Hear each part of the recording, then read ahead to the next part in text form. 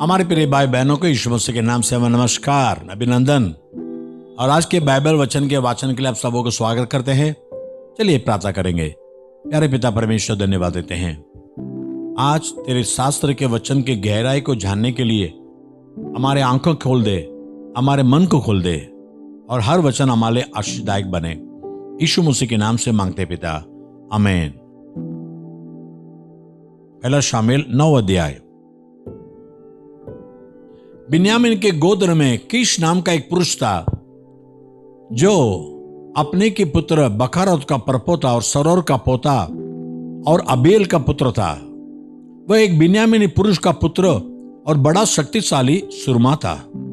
उसके शाऊल नाम एक जवान पुत्र था जो सुंदर था और इस्राएल में कोई उससे बढ़कर सुंदर न था। वह इतना लंबा था कि दूसरे लोग उसके कंधे ही तक आते थे।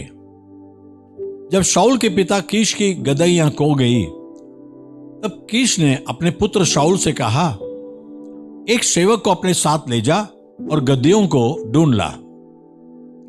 तब एफ्रेम के पहाड़ी देश और सलीशा देश होते हुए गया, पर तो उन्हें न पाया। तब वे शालीम नाम देश भी होकर गए और वहां भी न पाया। फिर बिन्यामीन के देश में गए, परंतु गदहियां न मिली। जब वे सूप नाम देश में आए, तब शाऊल ने अपने साथ के सेवक से कहा, हम लौट चले। ऐसा न हो कि मेरा पिता गदहियों की चिंता छोड़कर हमारी चिंता करने लगे। और उसने कहा, सुन, इस नगर में परमेश्वर का एक जन है जिसका बड़ा आदर मान होता है, और जो कुछ वो कहता है वह बिना पूरा हुए नहीं रहता। अब हम उधर चले, संभव है वह हमको हमारा मार्ग बताए कि किधर जाए। शाऊल ने अपने सेवक से कहा, सुन, यदि हम उस पुरुष के पास चले तो उसके लिए क्या ले चले? देख, हमारी तैलियों में की रोटी चुक गई है और बेट के योग्य कोई वस्तु है ही नहीं जो हम परमेश्वर के उस जन को दे। हमारे पास क्या है? सेवक ने फिर शाऊल से कहा कि मेरे पास तो एक शेकेल चांदी की चौथाई है, वही मैं परमेश्वर के जन को दूंगा कि वह हमको बताएं कि किधर जाए। पूर्व काल में तो इज़राइल में जब कोई परमेश्वर से प्रश्न करने जाता, तब ऐसा कहता था कि चलो हम दर्शी के पास चले, क्योंकि जो आजकल नबी कहलाता है वह पूर्व काल में दर्शी कहलाता था। तब शाऊल ने अपने सेवक से कहा, तूने भला कहा है, हम चले। सो वे उस नगर को चले जहां परमेश्वर का जन था। उस नगर की चढ़ाई पर चढ़ते समय उन्हें कई एक लड़कियां मिली जो पानी भरने को निकली थी। उन्होंने उनसे पूछा, क्या दर्शी यहां है? उन्होंने उत्तर दिया कि है, देखो वह तुम्हारे आगे है। अब फुर्ती करो, आज ऊंचे स्थान पर लोगों का यज्ञ है, इसलिए वह आज नगर में आया हुआ है। जो ही तुम नगर में पहुंचो, त्यों ही वह तुमको ऊंचे स्थान पर खाना खाने को जाने से पहले मिलेगा, क्योंकि जब तक वह न पहुंचे तब तक लोग भोजन करेंगे, इसलिए कि यज्ञ के विषय में वही धन्यवाद करता। तब उसके पीछे ही न्योताहरी भोजन करते हैं। इससे तुम अभी चढ़ जाओ, इसी समय वह तुम्हें मिलेगा। वे नगर में चढ़ गए और जो ही नगर के भीतर पहुंचे, त्यों ही शमूएल ऊंचे स्थान पर चढ़ने की मनसा से उनके सामने आ रहा था। शाऊल के आने से एक दिन पहले यहोवा ने शमूएल को यह चिता रखा था कि कल इसी समय तेरे पास बिन्यामीन के देश के एक पुरुष को भेजूंगा। उसी को तुम मेरी इजरायली प्रजा के ऊपर प्रधान होने के लिए अभिषेक करना, और वह मेरी प्रजा को फलिस्तियों के हाथ से छुड़ाएगा, क्योंकि मैंने अपनी प्रजा पर कृपा दृष्टि की है, इसलिए कि उनकी चिल्लाहट मेरे पास छी है। फिर जब शमूएल को शाऊल देख पड़ा, तब यहोवा ने उससे कहा, जिस पुरुष की चर्चा मैंने तुझसे की थी वह यही है, मेरी प्रजा पर यही अधिकार करेगा। तब शाऊल फाटक में शमूएल के निकट जाकर कहने लगा, मुझे बता कि दर्शी का घर कहां है? उसने कहा, दर्शी तो मैं हूं, मेरे आगे आगे ऊंचे स्थान पर चढ़ जा, क्योंकि आज के दिन तुम मेरे साथ भोजन खाओगे और बिहान को जो कुछ तेरे मन में हो सब कुछ मैं तुझे बताकर विदा करूंगा। और तेरी गदगियां जो 3 दिन हुए खो गई थी, उनकी कुछ भी चिंता न कर, क्योंकि वो मिल गई। और इज़राइल में जो कुछ मनभाऊ है वो किसका है? क्या वह तेरा और तेरा पिता का सारे घराने का नहीं है? शाऊल ने उत्तर देकर कहा, क्या मैं बिन्यामीनी अर्थात सब इज़राइली गोत्रों में से छोटे गोत्र का नहीं हूं? और क्या मेरा कुल बिन्यामीनी के गोत्र के सारे कुलों में से छोटा नहीं है? इसलिए तू मुझसे ऐसी बातें क्यों कहता है? तब शमूएल ने शाऊल और उसके सेवक को कोठरी में पहुंचाकर न्योताहारी जो लगभग 30 जन थे उनके साथ मुख्य स्थान पर बैठा दिया। फिर शमूएल ने रसोईते से कहा, जो टुकड़ा मैंने तुझे देकर अपने पास रख छोड़ने को कहा था उसे ले आ। तो रसोइयों ने जांग को मांस समेत उठाकर शाऊल के आगे धर दिया। तब शमूएल ने कहा, जो रखा गया था उसे देख और अपने सामने धर के खा, क्योंकि वह तेरे लिए इसी नियत समय तक जिसकी चर्चा करके मैंने लोगों को न्योता दिया रखा हुआ है। और शाऊल ने उस दिन शमूएल के साथ भोजन किया। तब वे ऊंचे स्थान से उतरकर नगर में आए और उसने घर की छत पर शाऊल से बातें की। बिहान को वे तड़के उठे और प फटते फटते शमूएल ने शाऊल को छत पर बुलाकर कहा, उठ, मैं तुमको विदा करूंगा। तब शाऊल उठा और वह और शमूएल दोनों बाहर निकल गए। और नगर के सिरे की उतराई पर चलते चलते शमूएल ने शाऊल से कहा, अपने सेवक को हमसे आगे बढ़ने की आज्ञा दे। वह आगे बढ़ गया, पर तू अभी खड़ा रह कि मैं तुझे परमेश्वर का वचन सुनाऊं। फिलिपियों 2 अध्याय, फिलिपियन चैप्टर 2। यदि मसीह में कुछ शांति और प्रेम से दाढ़स और आत्मा की सहभागिता और कुछ करुणा और दया है, तो मेरा एक आनंद पूरा करो कि एक मन रहो और एक ही प्रेम, एक ही चित्त और एक ही मनसा रखो। विरोध या झूठी बढ़ाई के लिए कुछ न करो, पर दीनता से एक दूसरे को अपने से अच्छा समझो। हर एक अपने ही हित की नहीं, वरन दूसरों की हित की भी चिंता करे।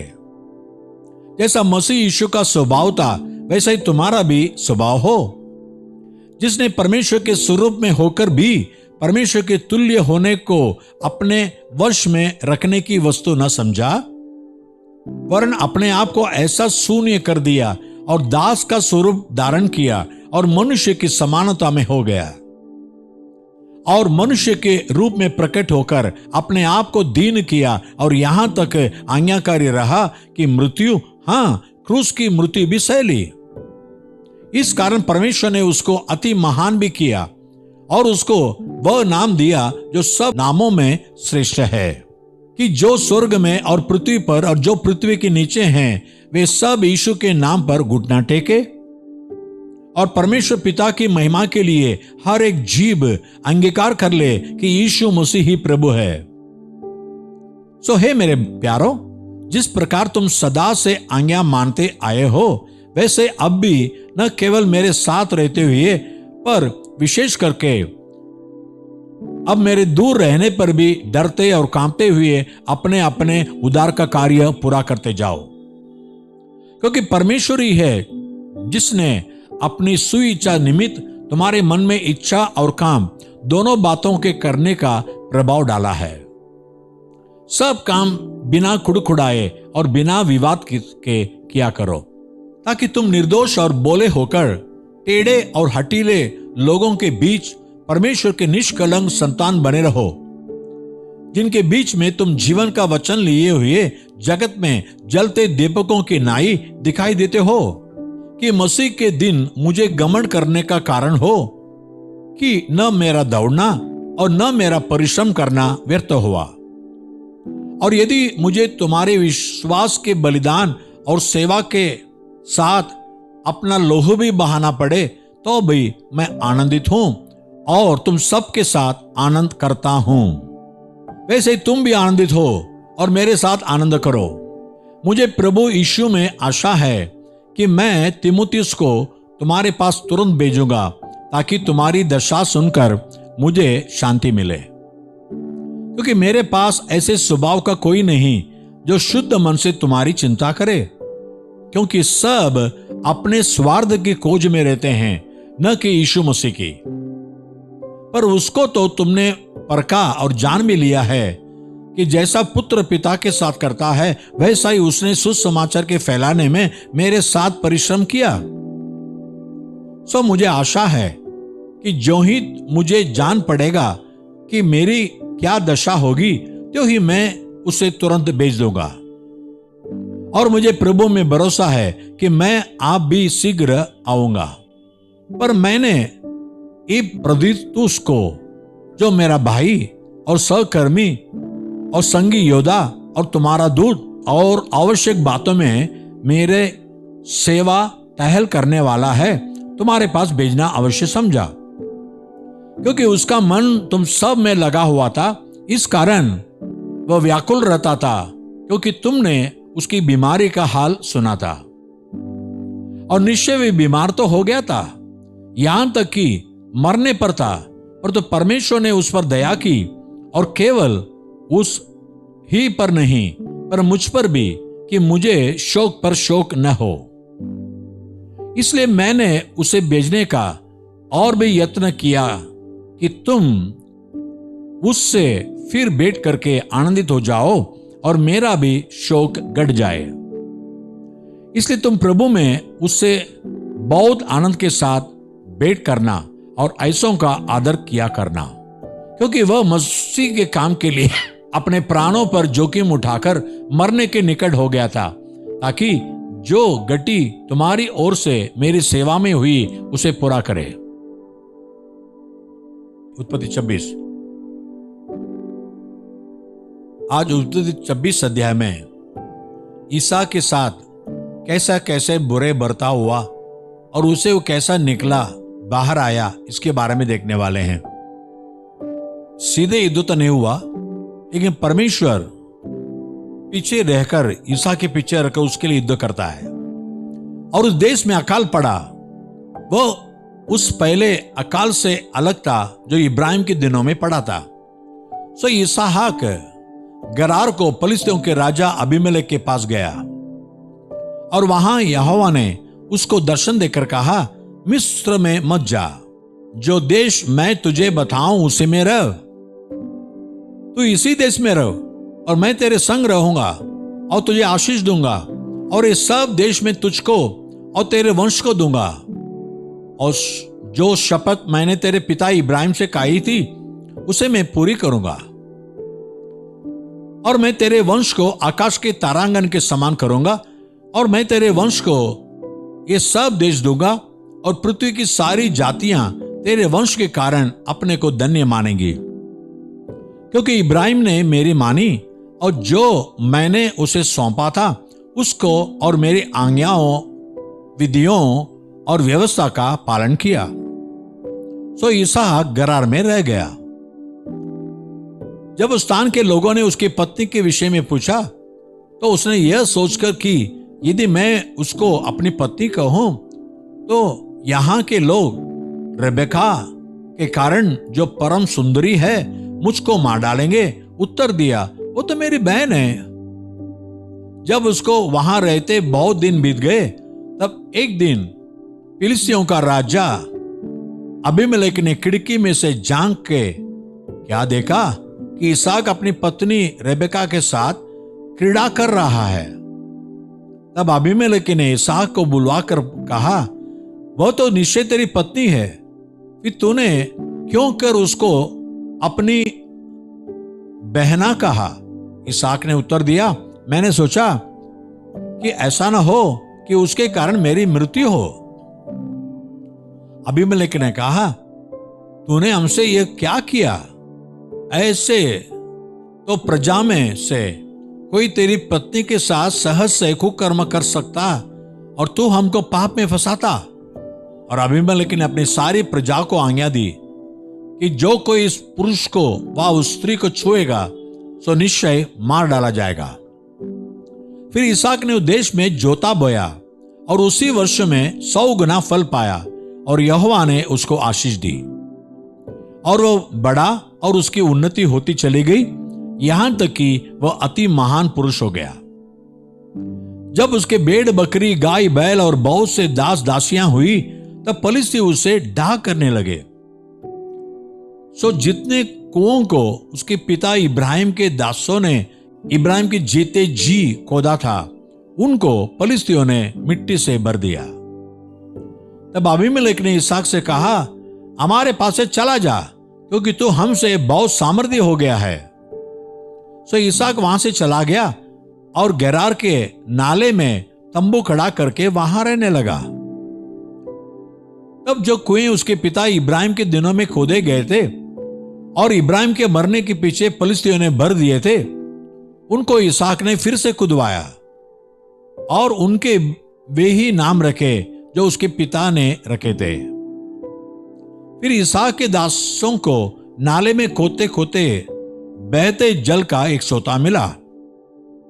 तब गरारी चरवाहों ने इसहाक के चरवाहों से झगड़ा किया और कहा कि यह जल हमारा है। सो उसने उस कुएं का नाम एसेक रखा, इसलिए कि वे उससे झगड़े थे। फिर उन्होंने दूसरा कुआं खोदा और उन्होंने उसके लिए भी झगड़ा किया, सो उसने उसका नाम सिन्ना रखा। तब उसने वहां से कुछ करके एक और कुआं खुदवाया और उसके लिए उन्होंने झगड़ा न किया, सो उसने उसका नाम यह कहकर रेहोबोत रखा कि अब तो यहोवा ने हमारे लिए बहुत स्थान दिया है और हम इस देश में फूले फलेंगे। वहां से वह बर्शेबा को गया और उसी दिन यहोवा ने रात को उससे दर्शन देकर कहा, मैं तेरे पिता इब्राहिम का परमेश्वर हूं, मत डर, क्योंकि मैं तेरे साथ हूं और अपने दास इब्राहिम के कारण तुझे आशीष दूंगा और तेरा वंश बढ़ाऊंगा। तब उसने वहां एक वेदी बनाई और यहोवा से प्रार्थना की और अपना तंबू वहीं खड़ा किया और वहां इसहाक के दासों ने एक कुआं खोदा। तब अबीमेलेक अपने मित्र हौजत और अपने सेनापति पिकोल को संग लेकर गरार से उसके पास गया।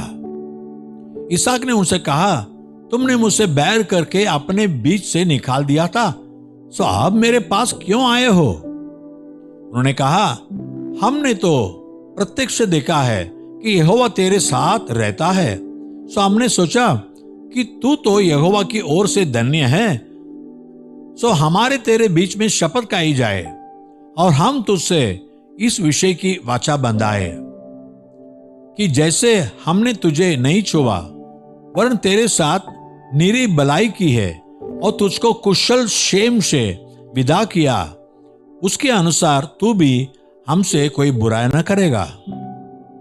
तब उसने उनकी जेवनार की और उन्होंने खाया पिया। ये 26 अध्याय 28 वचन में 26-28 में उसके शत्रु, सचमुच परमेश्वर तुम्हारे साथ है और तुम धन्य हो। आज परमेश्वर हमारे संग है तो हमारे शत्रु भी जान लेंगे और परमेश्वर में आशीष देगा। प्रार्थना करेंगे। प्यारे पिता परमेश्वर, इसहाक को भले देश के राजा ने देश से हटा दिया, शायद भगा दिया, लेकिन तू उनके संग रहकर उसे आशीष किया। वही शत्रु ने देखा, हमने देश से निकाला, तड़ीपार किया, फिर भी आशीष पा रहा है, इसका मतलब परमेश्वर उनके संग है। ऐसे आज वचन जो सुने हैं उनके संग तो रहकर ऐसे आशीष दे ताकि उसके बैरी भी जान ले कि प्रभु कैसे उनके साथ रहकर आशीष देता है। यीशु मसीह के नाम से मांगते पिता, आमीन आमीन। God bless you. परमेश्वर आपका आशीष करे। आमीन।